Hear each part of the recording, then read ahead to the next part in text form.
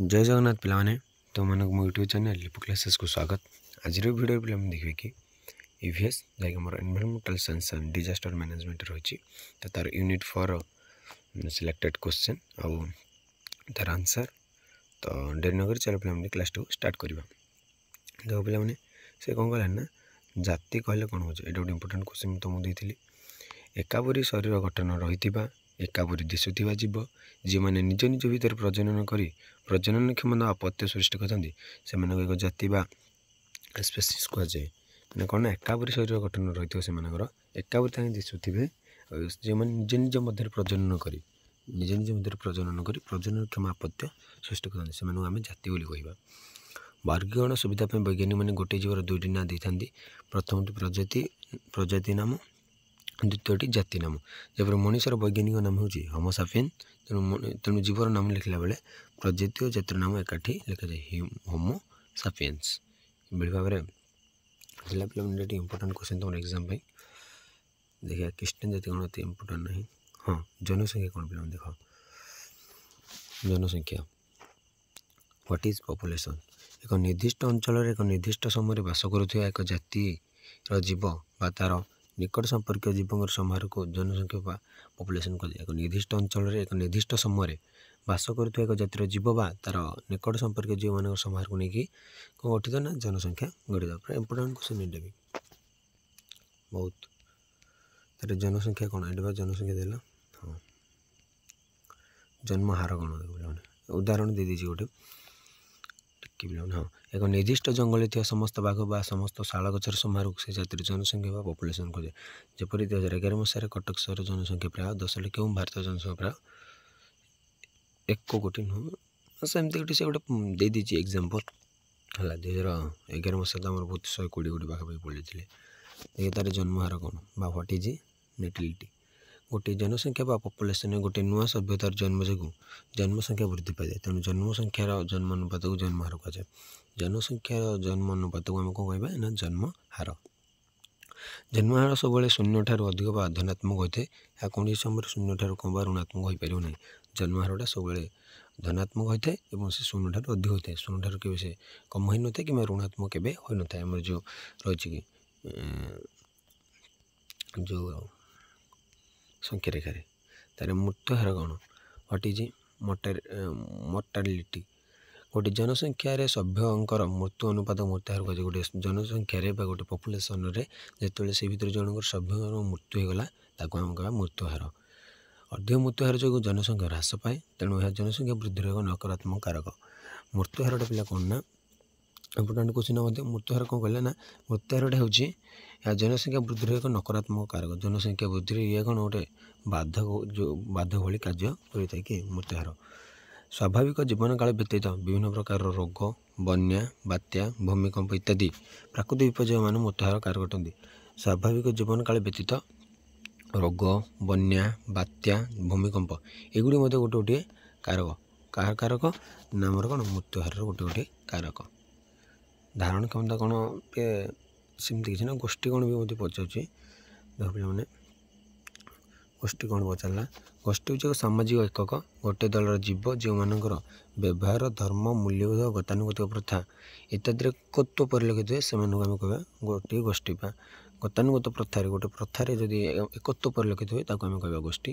गोटे भौगोलिक अंचल बास करुवा जो समस्त प्रकार जीवंत जनसंख्या को नहीं गोटे गोष्ठी गठित। उदाहरण गोटे जंगल रही विभिन्न प्रकार वृक्ष विभिन्न प्रकार प्राणी और जंगल माटी बास कर जीवाणु ए बीजाणु कवक और जिया एक जीव विज्ञान संबंधित गोष्ठी।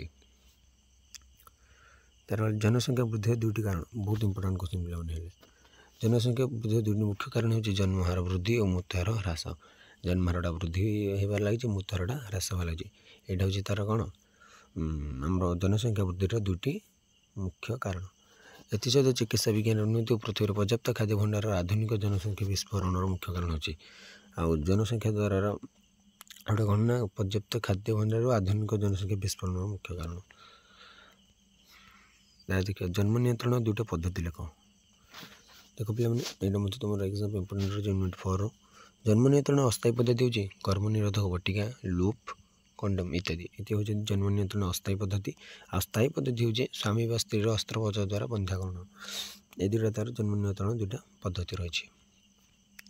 शहरीकरण कौन बहुत इंपोर्टाट क्वेश्चन पे चाकरी सन्धान वृत्ति अन्वेषण उच्च शिक्षा स्वास्थ्य सुविधा ग्रामांचल लोक मैंने सहर मुहां प्रक्रिया को शहरीकरण कहुए। शहरीकरण क्या कहुए से चाकरी सन्धान हो वृत्ति अन्वेषण हो उच्च शिक्षा कि स्वास्थ्य सुविधा सुजोग जिते लोक मैंने गाँ अंचल सहरांचल जाती आम कह शहरीकरण। शहरीकरण को प्रभाव गुड़ी हूँ पे सहर में बासगृह समस्या माने बेसिक गले कौन सहर कौन आकार बढ़ुची ना सहर आकारटा सेमती सीमित हो रोचे कि लोक मैंने जावा द्वारा कौन बासगृह समस्या देखा जाऊे। दरिद्र अवस्था सृष्टि तैयारी होची। ट्राफिक समस्या सृष्टि होची। बेरोजगारी सृष्टि होची। स्वास्थ्य समस्या देखा जाऊे। बर्ज्य परिचालना देखा जाऊे। पानीय जल समस्या देखा जाऊे। ये गुड़िक बहुत बहुत बड़ बड़ समस्या गुड़िक शहरीकरण द्वारा सृष्टि होची। कहुए व्हाट इज द वेदर तब लिखे what is the climate. What is climate गोटे बृहत अंचल 32 वर्षर हाराहारी पागर अवस्था को अनुधान कर से अंचल जलवायु निर्धारण कराए केते वर्ष ना 32 वर्षर। से अनुसार भारत प्रतिवर्ष ग्रीष्म वर्षा शरत हेमंत शीत और बसंत परी 6टी ऋतु अनुभूत हुए। से अनुसार ही होता। पृथ्वी निज कक्ष चारिपटे घूरिया समय 23.5 डिग्री ढलिक रही पृथ्वी ऋतु परिवर्तन होता है। पृथ्वी कम ऋतु परिवर्तन होता है ना पृथ्वी जो घूरी से 23.5 डिग्री ढाली कर रही ऋतु परिवर्तन घटुचे। तेरे जलवायु परिवर्तन दुईटी कारण कौन लेख पे कल कारखाना घर विद्युत शक्तिर आवश्यकता पूरण पाई एवं आम कोयला व्यवहार कर तापज विद्युत शक्ति उत्पादन करने पड़ुछि एवं परिवहन पर मोटर जान पेट्रोल डीजेल पर जीवाश्म इंधन व्यवहार द्वारा वायुमंडल प्रबल सबुज कोठरी गैस निर्गमन होछि। सबुज कोठरी गैस विश्व तापन और तजंत जलवायु परिवर्तन कारण होछि। जलवायु परिवर्तन द्वारा कहूँ ना जीवाश्म इंधन व्यवहार द्वारा वायुमंडल सबुज कोठरी गैस निर्गमन होछि जहाँद्वारा कि जलवायु परिवर्तन घटुछि। तापर कौन गोटे रहा पे ना जंगल रही है सबुज द्विध वायुमंडल रही है अंगारकाम्ल गैस परी सबुज कोठरी गैस को आलोक संश्लेषण प्रक्रिया द्वारा श्वेतसार जातीय खाद्य प्रस्तुत करते। तेणु जंगल को अंगारक कुंड कहुए। पे कहीदेव अंगारक कुंड मान कौन यहाँ कही पारे सर्ट क्वेश्चन आम जंगल को अंगारक कुंड। जंगल खा जो वायुमंडल अंगारकाम्ल गैस परिमाण वृद्धि पाइबा सहित विश्व तापन और जलवायु परिवर्तन घटुचे। जितेबाला आमर कौन जंगल क्षय जाए वायुमंडल अंगारकाम्ल गैस वृद्धि सहित विश्व तापन और जलवायु परिवर्तन घटुचे। अंगारक कुंड क्या मैंने उद्भिद जंगल होती अंगार गंताघर जंगल को अंगार कुंड बोली कह रखिदेव। हाँ आगे कहला क्लोरोफ्लोरोकार्बन कौन इंपोर्टेंट क्वेश्चन। क्लोरोफ्लोरोकार्बन कौन एयर कंडीशनर रेफ्रिजरेटर पर शीतलकरण जंत्र क्लोरोफ्लोरोकार्बन गैस व्यवहार कराए जो आम फ्रिज एयर कंडीशनर एरागर आम व्यवहार कराए क्लोरोफ्लोरोकार्बन। से एक सबुज कोठरी गैस जहाँ विश्वतापन और जलवायु परिवर्तन सहायता होता है। से गोटे सबुज कोठरी गैस जो जहाँकि विश्वतापन और जलवायु परिवर्तन सहायता करता है। ये गैस ओजोन स्तर ह्रास जो ओजोन स्तर रही आम पृथ्वी पृष्ठ में से ह्रास कर गोटे मुख्य कारण कि क्लोरोफ्लोरोकार्बन CFC मन रखी पे सेमती नहीं ना। देखिए परिवेश सुरक्षा कौन ये गोटे इंपोर्टेंट क्वेश्चन। परिवेश में रोकता समस्त जीव निर्जीव पदार्थ निर्जीव समस्त जीव निर्जीव पदार्थ परस्पर पर निर्भरशील और परस्पर सहित एक सूक्ष्म श्रृंखल द्वारा बंधाई। जीव निर्जीव गोटे सूक्ष्म श्रृंखल द्वारा बंधाई यार सुविधा नहीं लभ्य कृतज्ञ मनीष निज भागटे अधिक परिमाण प्राकृतिक संपदा हरण कर माने जीव निज दुईजन जाकर अधिकार अच्छी कि मनुष्य कौन निज भागटे अधिक परिमाण से संपदा हरण कर परिवेश मनीष कबल उद्धार कर उपयुक्त सुरक्षा प्रदान करवा हूँ परिवेश सुरक्षार मूलक मैंने परिवेश मनीष कबल उद्धार कर उपयुक्त सुरक्षा करवाटा को आम परिवेश सुरक्षार मूल लक्ष्य बोली कहवा। तार पे आम 2 मार्क देखले परवर्ती वीडियो आम देखिए कि 5 मार्क केतोटी सिलेक्टेड क्वेश्चन है तार आंसर पे आज क्लास टी मुझे रखुच्छी। जय जगन्नाथ।